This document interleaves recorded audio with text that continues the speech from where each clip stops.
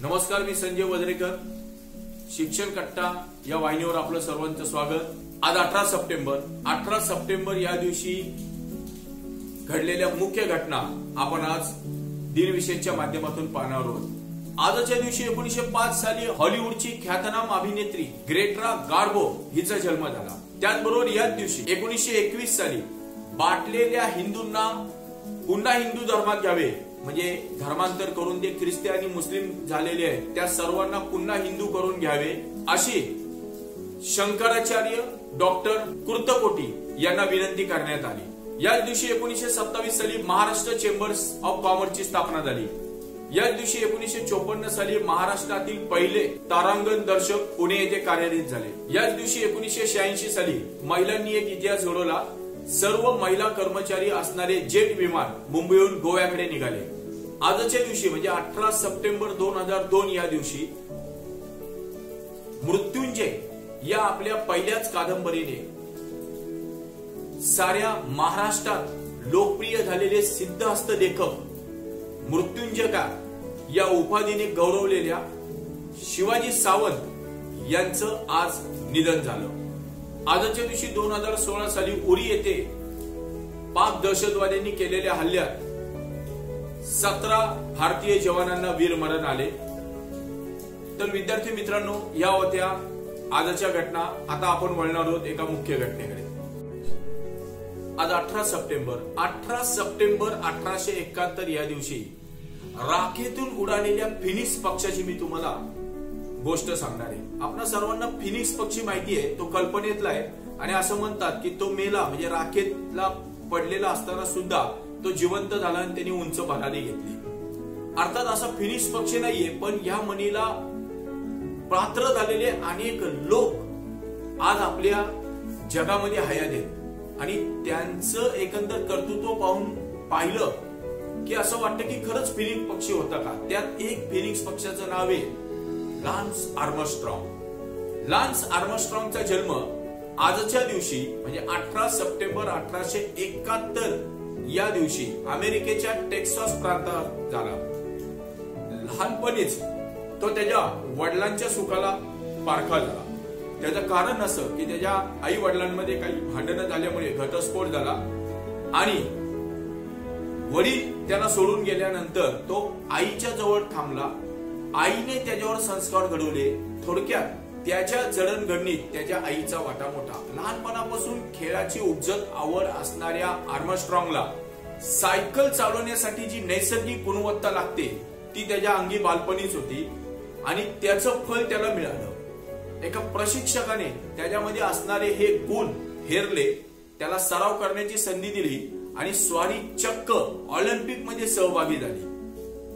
तथापि Barcelona Olympic मध्ये त्याला दारुण अपयश आलं. पण या अपयशाने खचून न जाता आर्मस्ट्रॉंगने आपला सायकलिंगचा सराव चालूच ठेवला आणि त्याचं फळ त्याला मिळालं.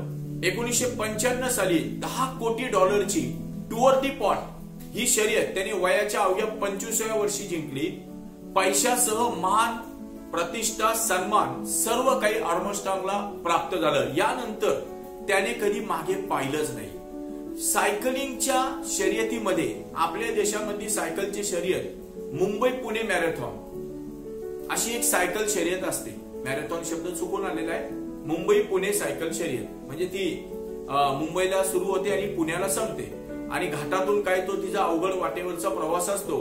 त्याच्यामध्ये घाटांचा राजा अशी एक किताब दिला जातो. अलीकडे ही सायकलिंग स्पर्धाही होत नाही असं वाटतंय, कारण वर्तमानपत्रात त्याच्या बातम्या फारशा येत नाही, कारण आपण सगळे क्रिकेटमध्ये गुंफून राहिलेलो आहे.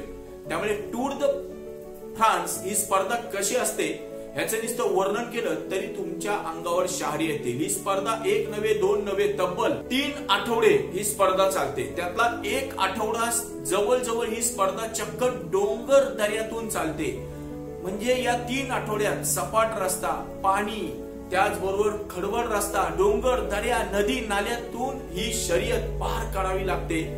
तब्बल म्हणजे आपलं मुंबई पुणे मॅरेथॉनचं अंतर एक 300-350 किलोमीटर याचं तब्बल अंतर आहे 3462 किलोमीटर, आणि एवढ्या किलोमीटरची ही शर्यत लान्स आर्मस्ट्रॉंगने एकदा नव्हे, दोनदा नव्हे, अनेकदा जिंकलेली आहे. आता हे आर्मस्ट्रॉंगला का शक्य होतं? तर त्याचं जे काही शरीराची जी काही ठेवण आहे ती तुमच्या आमच्यासारखी सर्वसामान्य माणसासारखी नाहीये. निसर्गाने त्याला ती उपजत दिली असे वाटतं. त्याचे हृदय सर्वसामान्य माणसांपेक्षा 33% मोठे आहे, तर हृदयाच्या मिनिटाचे ठोके त्याचे 32 पडतात, जे सर्वसामान्य माणसांचे 72 असतात. त्यामुळे ही सायकल चालवताना जे पाय लागतात त्याला उपजत असे. मांडीचे हाड खूप लांब असल्याने तो वेगाने पॅडल मारू शकतो. टूर द फ्रान्स ही 3500 मैलाची शर्यत त्याने ताशी 40 किलोमीटर वेगाने चालवलेली होती. यासाठी मनुष्य हा जन्माला यावा लागतो आणि तो परमेश्वर तो घडवतो, अशी या आर्मस्ट्रॉंगची कहाणी आहे.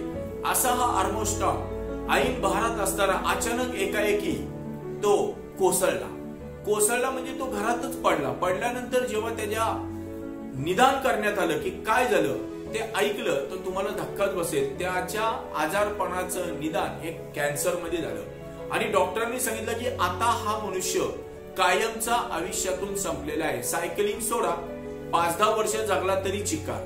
बघा, राखेतून उडालेला फिनिक्स पक्षी, मी याला उगाच म्हणलेला नाहीये.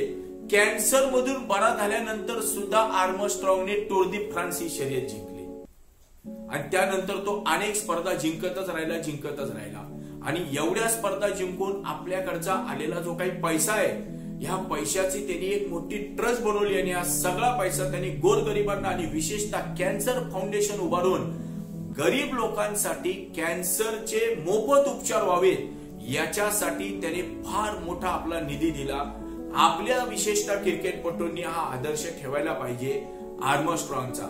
असा हा आर्मस्ट्रॉंग आजही कार्यरत आहे, पण अलीकडे त्याच्यावर एक धक्कादायक आरोप झाला आणि त्यामुळे मात्र थोडस माणसाचं मन सुन्न होतं. आर्मस्ट्रॉंगने ह्या ज्या काही स्पर्धा जिंकल्या, या स्पर्धा जिंकताना त्याने काही उत्तेजक चाचणी होतात किंवा जे काही ड्रग्स म्हणतो आपण उत्तेजक सेवनाचे, ते ड्रग्स त्यांनी घेतले आणि त्यामुळे त्यांनी या स्पर्धा जिंकल्या. असा धक्कादायक अहवाल त्याच्या बाबतीत प्रसिद्ध झाल्यानंतर मात्र त्याची पदकं आणि मेडल्स काढून घेतली. असं असलं तरी सुद्धा ज्या प्रतिकूल परिस्थितीत आर्मस्ट्रॉंगनी जे अनुकूल यश मिळवले, त्या अनुकूल यशाला शिक्षक गटाच्या वतीने त्रिवार अभिवादन. जय हिंद, जय महाराष्ट्र.